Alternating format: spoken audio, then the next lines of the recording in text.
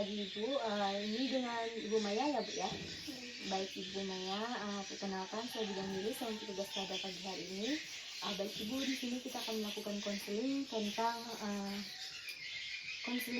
VBAC.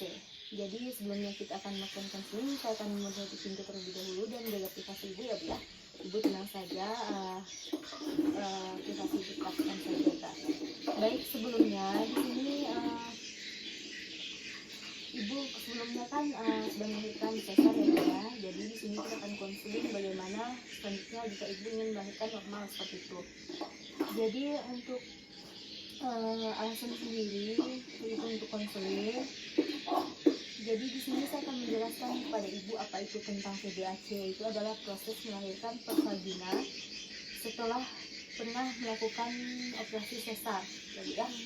Jadi untuk keuntungannya VBAC sendiri itu biasanya mortalitas maternal lebih rendah, terus proses pemulihan lebih cepat juga, dan menurunnya risiko dampak buruk kehamilan berikutnya, terus berkurangnya malposisi serta malformasi plasenta pada kehamilan berikutnya, rendahnya tingkat kejadian trombosis vena, dan meningkatnya bonding ibu dan anak ya Bu ya. Jadi biasanya ada faktor-faktor yang mempengaruhi keberhasilan VBAC sendiri, yang biasanya itu ada riwayat persalinan normal sebelum SC, terus misalnya melahirkan lebih dari 2 kali, terus berat janinnya, usia ibu, dan IMT ibu, misalnya ibunya obesitas, memiliki keberhasilan yang VBAC yang sangat kecil. Jadi untuk tinggi badannya juga misalnya terlalu rendah itu juga susah ya Bu ya, dan jarak dengan kehamilan yang lalu. Jadi untuk indikasi VBAC sendiri itu ada tulang panggul, misalnya tulang panggul ibu berukuran besar, terus ukuran atau berat badan bayi normal dan tidak terlalu besar. Jadi posisi bayi di dalam kandungan normal, itu kepala berada di bawah seperti itu dan tidak sungsang. Terus garis sayatan operasi sesar pada rahim letaknya rendah dan arahnya melintang atau horizontal.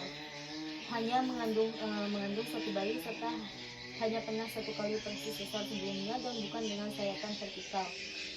Jadi tidak memiliki kondisi kronis yang dapat membuat proses melahirkan secara normal atau berisiko seperti plasenta previa atau fibroid ya Bu ya. Jadi belum pernah operasi berat pada rahim, misalnya ada tumor atau ada kanker seperti pada rahimnya ya Bu ya. Jadi untuk biasanya itu juga belum pernah mengalami rahim robek di kehamilan sebelumnya. Selanjutnya biasanya ada kontraindikasinya Bu kalau ingin melakukan VBAC, itu memiliki berat badan berlebih atau mengalami obesitas, terus berusia lebih dari 40 tahun Ibu, bobot bayi di dalam kandungan mencapai lebih dari 4 kilo, serta usia kehamilan melampaui 40 minggu. Jadi usia kehamilannya lebih dari 40 minggu seperti itu. Selanjutnya kehamilan sekarang dan sebelumnya berjarak kurang dari 18 bulan. Terus punya gangguan seperti preeklamsi atau tekanan darah tinggi selama kehamilan, pernah melakukan persalinan sesar dengan sayatan rahim vertikal atau pernah operasi sesar lebih dari 1 kali, dan hamil bayi kembar 3 atau lebih.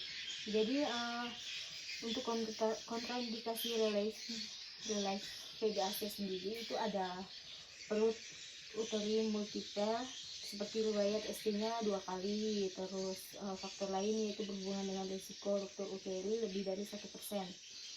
Jadi teruji menjelaskan bahwa risiko VBAC itu adalah kegagalan melahirkan secara spontan dengan sempurna.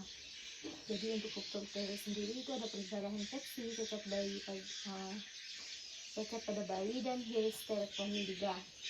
Jadi untuk kesiapan VBAC itu biasanya untuk memutuskan melahirkan secara VBAC. Jadi ibu pengen sekali ya Bu ya untuk melahirkan secara VBAC. Terus siapa penolongnya saat persalinan nanti, siapa yang menolong, terus jika menolong harus sesuai dengan kebutuhan ibu, disiapkan keperluan saat ingin melahirkan seperti itu. Untuk pendamping persalinannya siapa, donor darahnya, alat transportasinya, dan tempat persalinannya, serta biaya persalinan dan mengambil keputusan utama saat ibu ingin melahirkan, dan perlengkapan ibu dan bayi. baik ibu, di sini saya sudah selesai melakukan konseling kepada ibu. Jadi di sini apakah ada yang ingin ditanyakan? Tidak ada ya Bu ya. Baik, kalau tidak ada, di sini saya akan mengevaluasi pengetahuan ibu. Sebelumnya, apakah ibu sudah mengetahui tentang apa itu resiko PBAC?